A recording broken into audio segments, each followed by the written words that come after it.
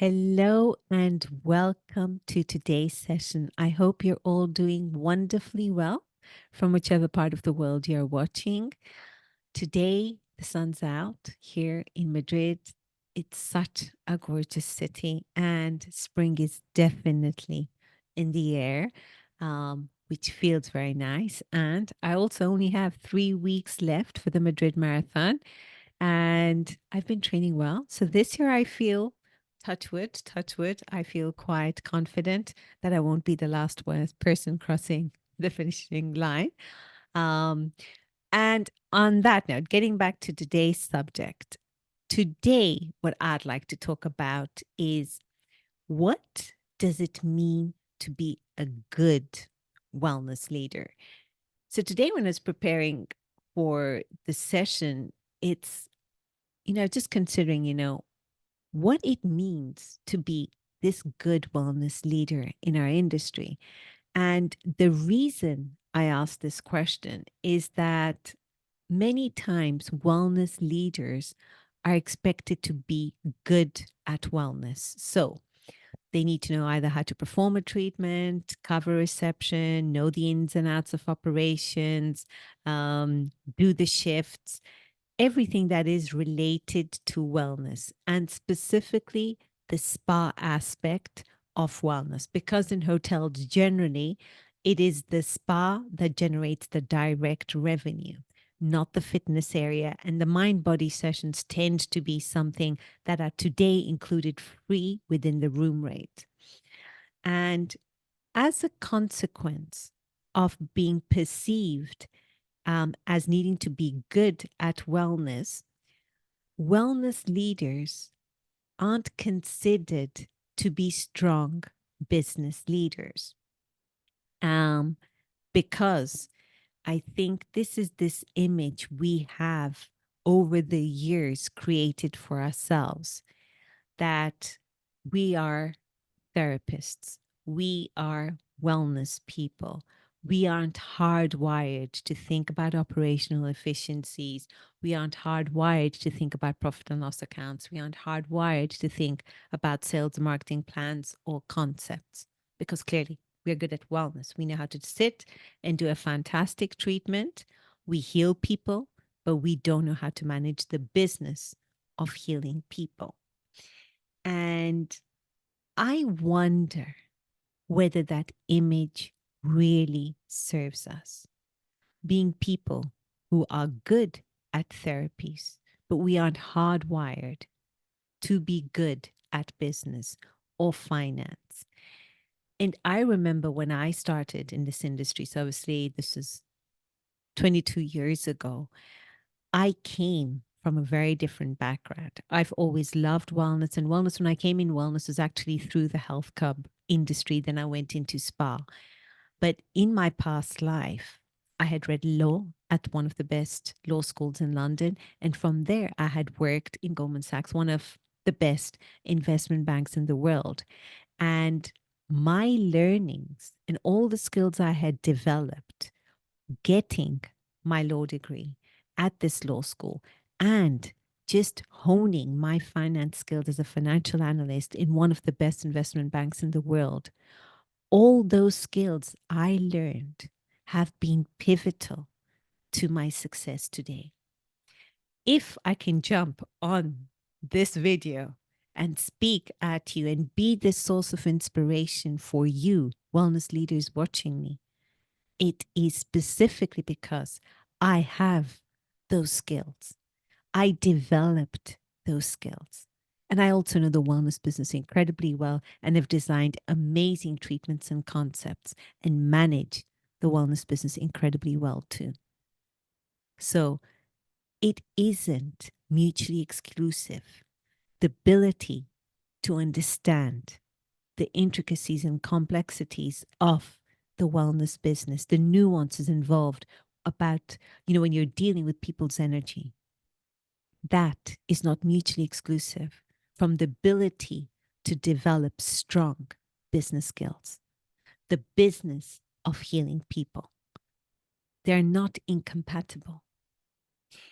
And the problem is, in our industry, people who come from a very strong business background or a very different background, they're considered to not be good wellness leaders because by nature, we're meant to be soft kind of people.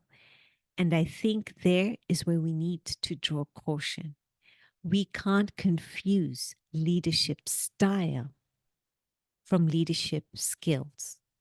Your style can be soft. Your style can be hard. Your style can be strict. Your style can be laid back.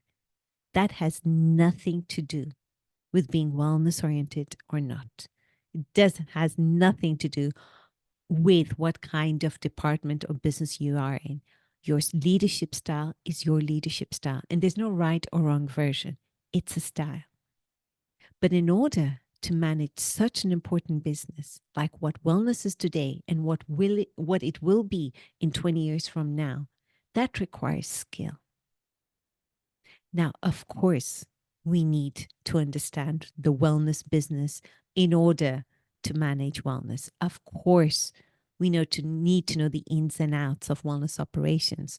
I'm not saying we don't, but what I do say is that our wellness leaders must build these strong business skills, because if we don't do that, what will end up happening is that as wellness becomes increasingly important and it's just perfectly and seamlessly threaded into the fabric of hospitality, what will end up happening is that other leaders who are currently in the executive committee will take on wellness leadership, and our wellness directors will end up reporting to them. It's pretty much reliving what we are currently living. Our spa directors or spa managers, many times, depending on what hotel we are in, and depending on the size of the spa business or the wellness related business, they tend to report to either the director of housekeeping or the rooms division director or the hotel manager. They're never part or very rarely part of the executive committee. Obviously, things are changing. But the reason that is the case is because spa managers are good at managing day-to-day operations, putting out operational fires, but they're not strategists. Someone else does the strategy for them because they're not capable of doing that strategy. Now, what we're going to do now, fast forward to today and probably the next 3 to 5 years, instead of being spa, that's going to be called wellness. And someone else is going to take on that chief wellness officer role or the VP of wellness, and they won't come from a wellness background. But what they will have is a strong number two. And that strong number two is going to be our wellness leader, our current wellness directors who are managing day-to-day operations and talking about the more wellness specific area. Now, do we want that after all we're doing for our industry? Do we want to be number two again? I don't think that is what we want. That's certainly it's not what I want for the industry. Now, the reality is, in most cases, wellness represents 1 to 3% of total hotel revenue. Now, managing a business that is generating less than $1 million or even a few million or $5-6 million or $20 million a year is not the same as managing a business unit that makes 50 to 60% of total hotel revenue. It's a whole different ballgame. And the way we are today as wellness leaders, we need to upskill ourselves. Trust me, I'm upskilling myself, and I have a very strong background in business because I have a very clear vision of where we can go. I mean, we're going there already. Now, whether we are part of that is a whole different ballgame. That's a very different subject. But today, if our wellness leaders are already struggling, generating less than $1 million a year, if we are already struggling, now imagine if your hotel generates $60 million a year. If you spouse only at 1 million, if we want to make wellness represent 40 to 50%, that $30 million, clearly our wellness leaders today who are suffering at 1 million will not be able to get to 30 million just overnight. Being given the seat at the table is not enough to get us to where we want. We will be given, and we are given this seat in many cases, and increasingly we're given that. But that seat comes with a responsibility. We have to bring something to the table. Our industry has already done its job. Wellness is important, period. And it's here to stay. That is something that no one can doubt. The question is, are our leaders prepared to manage the type of volume and the type of business that wellness will become? And the truth is, if we do not upskill ourselves, we will not get there. And the ship has already sailed. Wellness is heading that way. It is going to be 40 to 50% of total hotel revenue. Now the question is whether you wellness leaders will be participating in that, whether you wellness leaders will be the leaders of those businesses. Because what I'm seeing is that other people from other industries who have had life-changing experiences in these last few years, who are incredibly astute at business, who see the opportunity in wellness, who see the gaps in our industry of what we are not doing, but what our consumers are demanding, they're going to grab that and they're going to do a better job than we do about wellness if we don't upskill ourselves. So it's like the party is happening in our own backyard, but we aren't being invited. And we aren't being invited because we're not making ourselves be invited. So today, what I wanted to do is just question, what does it mean to be a good wellness leader for you? Now, being good at your craft is a given. It's like if you go to a 5-star hotel, expecting a clean room and a beautiful view is a given. That's the same. You have to be amazing at wellness. That is a given. What's needed today is far more. If we want to go from $1 million to that $30 million I was talking about, we're going to have to completely change the way we do business. We're going to have to step into that identity of being that business leader who manages $30 million of a business that heals people's lives.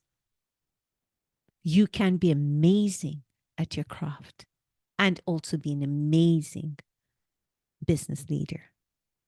And what I want to encourage us you future wellness leaders watching, build your business skills. Be that leader that can manage very, very strong businesses. Because you know what? Your business is going to require that of you. And if you can't step up and rise to the occasion, someone else will. And we don't want to be the wellness leaders, have other people come into our industry and take off the positions off our hands because we have not put in our work to be that leader. So wellness has done its job. It's now our time to do the hard work, to get ourselves to the point where we can manage what is coming. And on that inspiring note, I wish you all a beautiful day ahead. Take care now.